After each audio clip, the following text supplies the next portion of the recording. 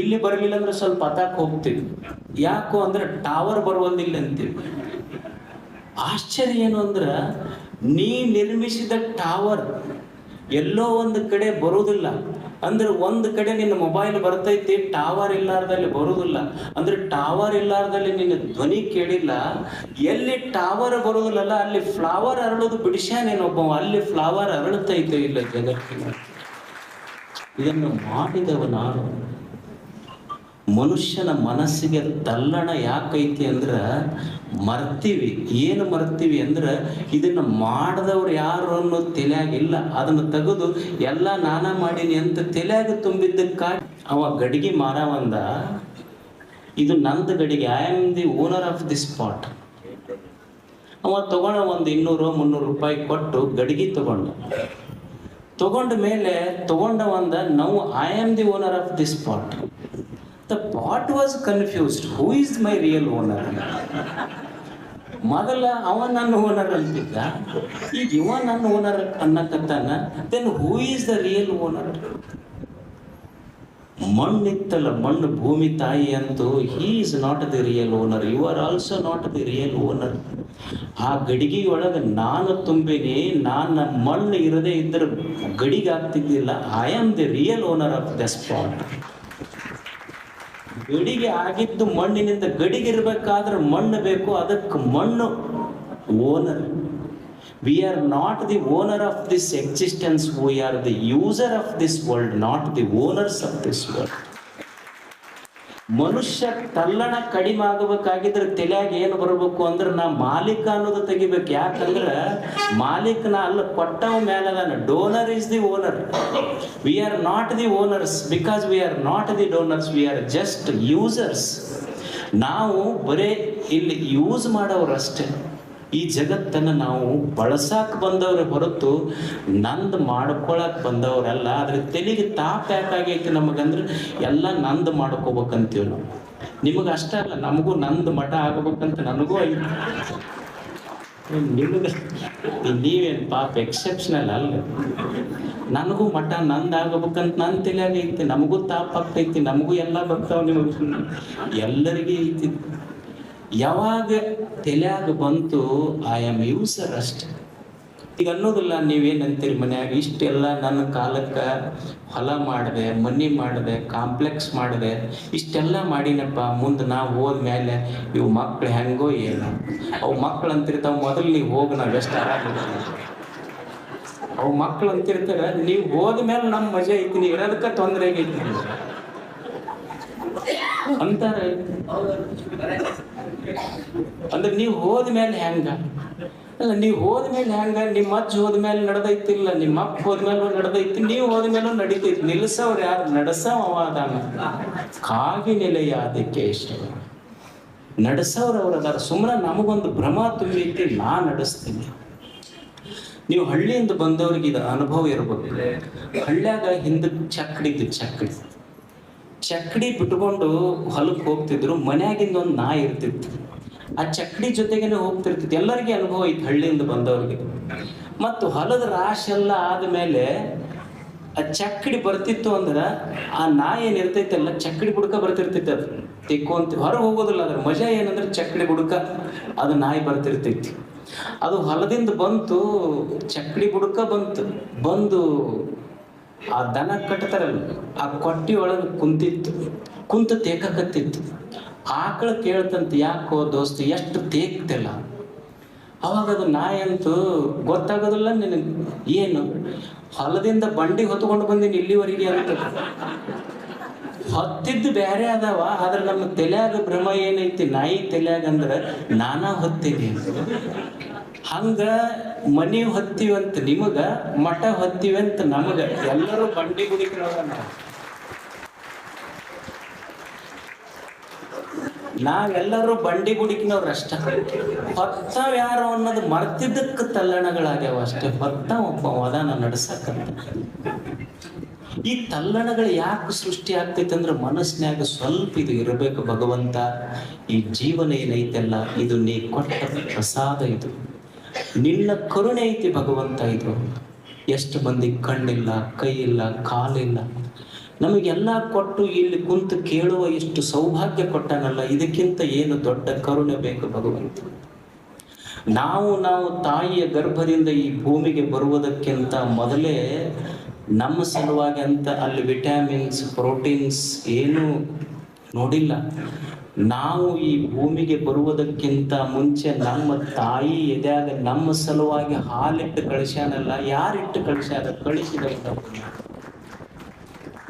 ಇದು ಮರ್ತೀವಿ ನಾವು, ಮರೆತಿದ್ದಕ್ಕೆ ತಾಪಾಗೈತೆ ಅಷ್ಟ. ಇರೋದು ಏನು ನಡೀತಿ, ಮನೆ ನಡೆಸೋದು, ಮಠ ನಡೆಸೋದು ನಮ್ಮ ಕಡೆಯಿಂದ ಏನು ಸಾಧ್ಯ ಐತೆ, ಎಷ್ಟು ದಿವಸ ನಾವು ನಡೆಸೀವಿ. ಇದನ್ನು ನಡೆಸವ ಅವ ಅದಾನ ಅನ್ನುವ ಭರವಸೆ ಮೇಲೆ ನಡೆಸಿದ್ವಿ. ತಲ್ಲಣಗಳಿಲ್ಲ ಅಷ್ಟೆ. ತಲ್ಲಣ ಇನ್ನೊಂದು ಕಾರಣಕ್ಕೆ ಯಾಕಾಗ್ತೈತಿ ಮನುಷ್ಯಾಗಂದ್ರ, ನಡಿಕತ್ತಿಲ್ಲ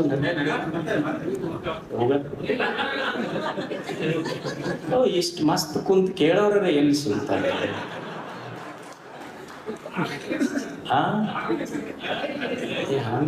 ಹಂಗಾದ್ರೆ ಮತ್ತೆ ಇನ್ನೊಂದು ಕರೆಸೋದಿಲ್ಲ ಯಾರಿಗೆ. ಮತ್ತಿದ ಕೊನೆ ಪ್ರವಚನ ಇನ್ನೊಂದು 5 ನಿಮಿಷ. ಎಷ್ಟು ಚಂದ ಖುಷಿ ಅನಿಸ್ತೈತಿ ಅಂದ್ರೆ, ಹೇಳುವ ಕಂಠಕ್ಕೆ ಕೇಳುವ ಕಿವಿ ಇದ್ರ ಕಾಲ ಕೆಟ್ಟೈತೆ ಅಂತಾರೆ. ಇದೇ ಒಳ್ಳೆ ಕಾಲ, ಇದಕ್ಕಿಂತ ಕೆಟ್ಟ ಕಾಲ ಏನೈತೆ?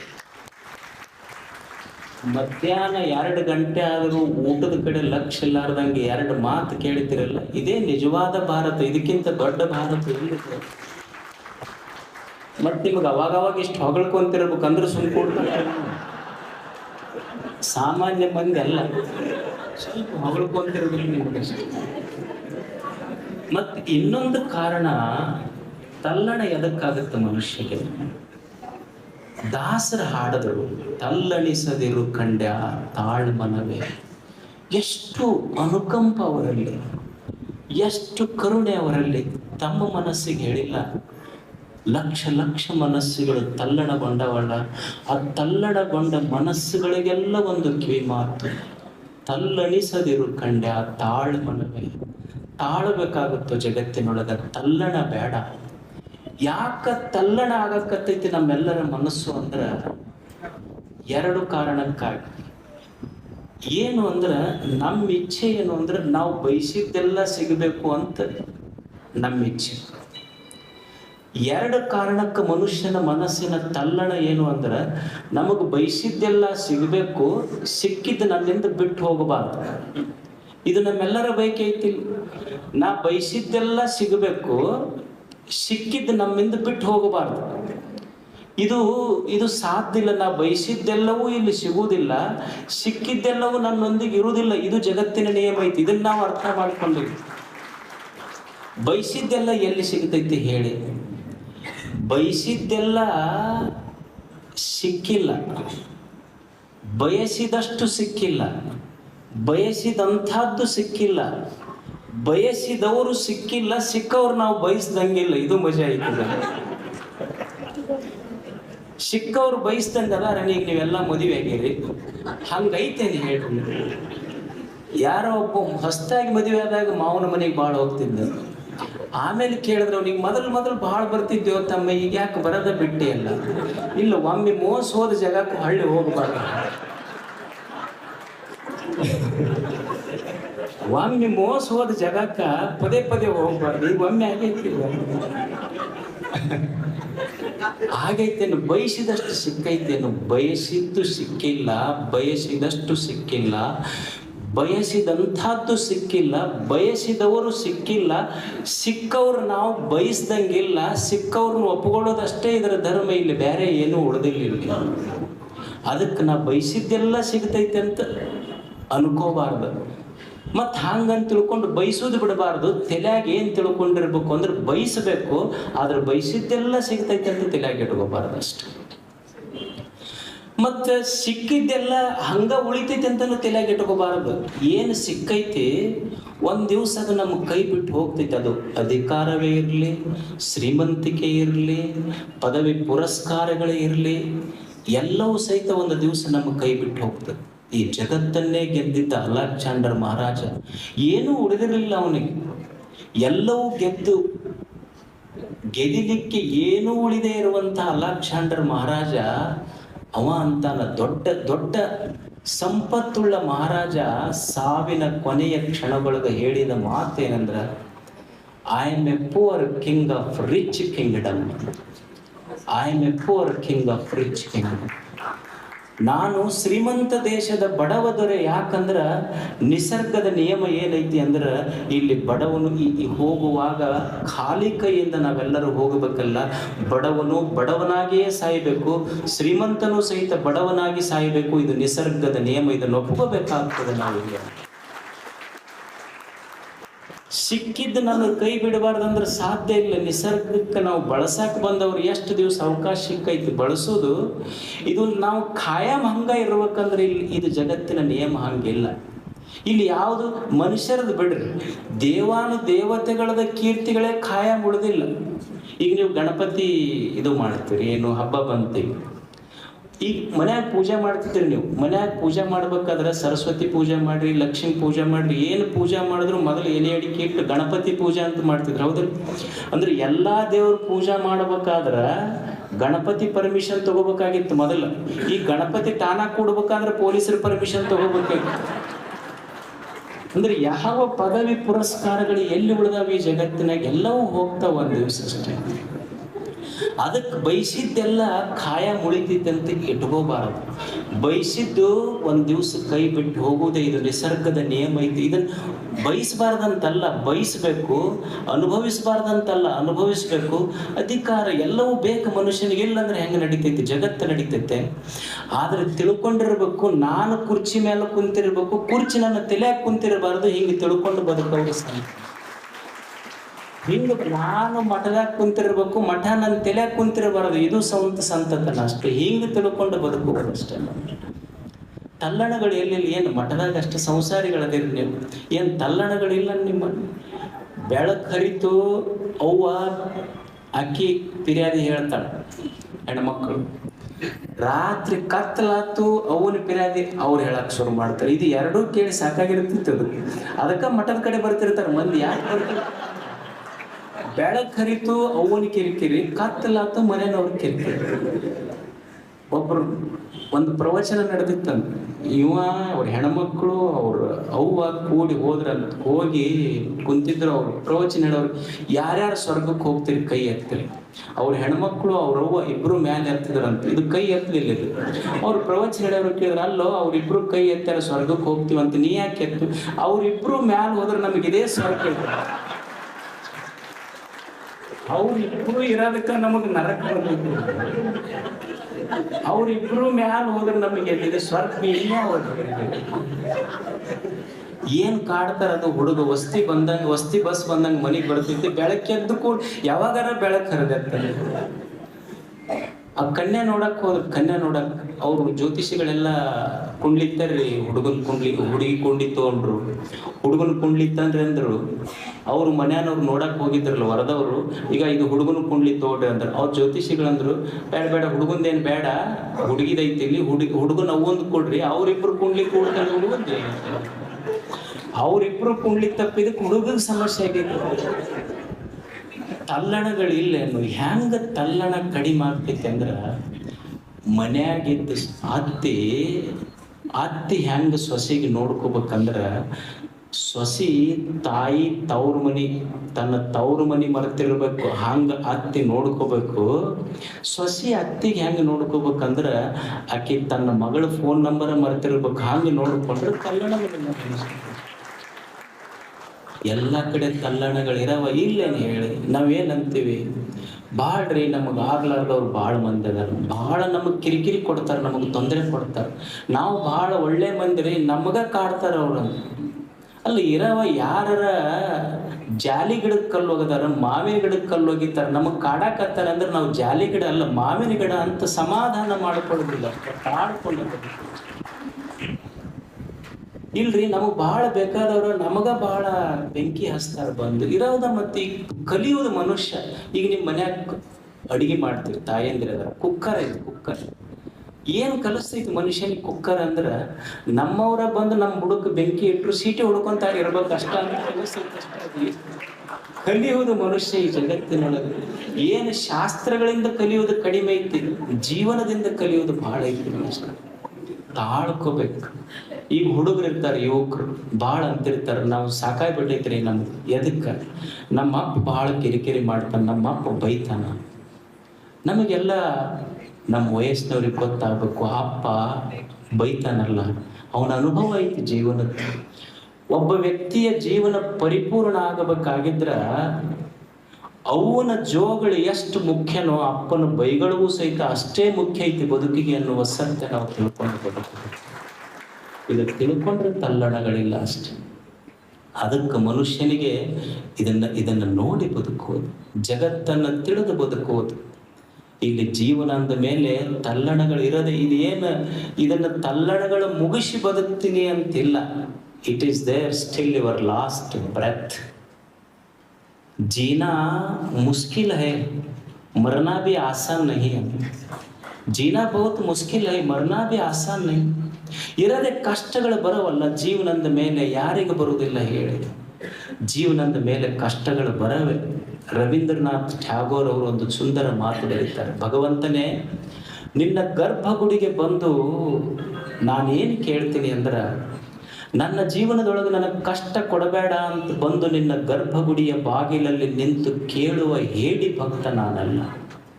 ಭಗವಂತನೇ ನಿನ್ನ ಗರ್ಭಗುಡಿಯ ಮುಂದೆ ನಿಂತು ನಾ ಏನು ಕೇಳಾಕತ್ತೀನಿ ಅಂದ್ರೆ, ನನಗೆ ಕಷ್ಟ ಕೊಡಬೇಡ ಭಗವಂತ ಅಂತ ಕೇಳುವ ಹೇಡಿ ನಾನಲ್ಲ. ನಾನು ಕೇಳುವುದೇನೆಂದ್ರೆ, ನಿನಗೆಷ್ಟು ಶಕ್ತಿ ಇದೆಯೋ ಅಷ್ಟು ಕಷ್ಟಗಳನ್ನು ನನಗೆ ಕೊಡು. ನಾ ಕೇಳುವುದೇನೆಂದ್ರೆ, ನೀನು ಕೊಟ್ಟ ಕಷ್ಟಗಳನ್ನು ತಾಳಿಕೊಳ್ಳುವ ಸಾಮರ್ಥ್ಯ ಕೊಡು. ತಾಳ್ಕೋಬೇಕನ್ನ ಅಷ್ಟೇ ಇಟ್ಟಿದೆ. ತಾಳಬೇಕಾಗ್ತದೆ. ಜಗತ್ತಿನೊಳಗೆ ತಾಳುವಿಕೆ ಏನಿಲ್ಲ, ಎಲ್ಲರೂ ತಾಳ್ಬೇಕಾಗ್ತದೆ. ಈಗ ಎಲ್ಲ ವಿದ್ಯಾರ್ಥಿಗಳು ತಾವು ಈಗ ನೋಡಿ ಎಕ್ಸಾಮ್ ಇರ್ತಾವೆ, ಏನೋ ಒಂದು ನೀಟು ಗೀಟು ಬಂತು, ಒಂದು ಫೇಲ್ ಆತಂದ್ರೆ ಹುಡುಗರು ಎಷ್ಟು ಮಕ್ಕಳು ಆತ್ಮಹತ್ಯೆ ಮಾಡ್ಕೊಳಕತ್ತಿಲ್ಲ. ಎಷ್ಟು ಮಕ್ಕಳು ಆತ್ಮಹತ್ಯೆ ಮಾಡ್ಕೊಳ್ಳೋದು ಕೇಳಿವೆ ಇಲ್ಲ. ತಾಳ್ಕೋಬೇಕಾಗ್ತದೆ ಈ ಜಗತ್ತಲ್ಲಿ. ನಾವು ಮಕ್ಕಳಿಗೆ ಏನು ಕಲಿಸ್ಬೇಕಾಗೈತೆ ಅಂದ್ರೆ, ಬರೀ ನೀಟ್ ಪಾಸ್ ಆಗೋದಲ್ಲ, ನೀಟ್ ಬದುಕೋದು ಭಾಳ ಮುಖ್ಯ ಐತೆ. ಅದನ್ನು ಕಲಿಸ್ಬೇಕಾಗಿದೆ ಮಕ್ಕಳಿಗೆ.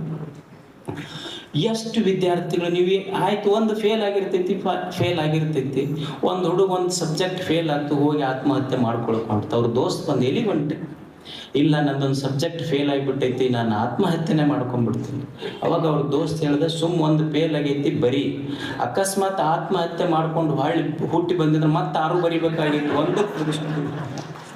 ಒಂದು ಬಂದೈತಿ, ಒಂದು ನಿಕಾಲಿ ಕುಸ್ತಿ ಮಾಡ್ಕೊಂಡು ಹೋಗೋದು ಭಾಳ ಚಲೋ ಐತಿ. ಏನೈತಿ ಈಗ ವ್ಯವಹಾರಿಕರದೇ ವ್ಯಾಪಾರ ಅಂದ ಮೇಲೆ ಸ್ವಲ್ಪ ಹೆಚ್ಚು ಕಡಿಮೆ ಆಗ್ತೈತೆ ಇಲ್ಲ.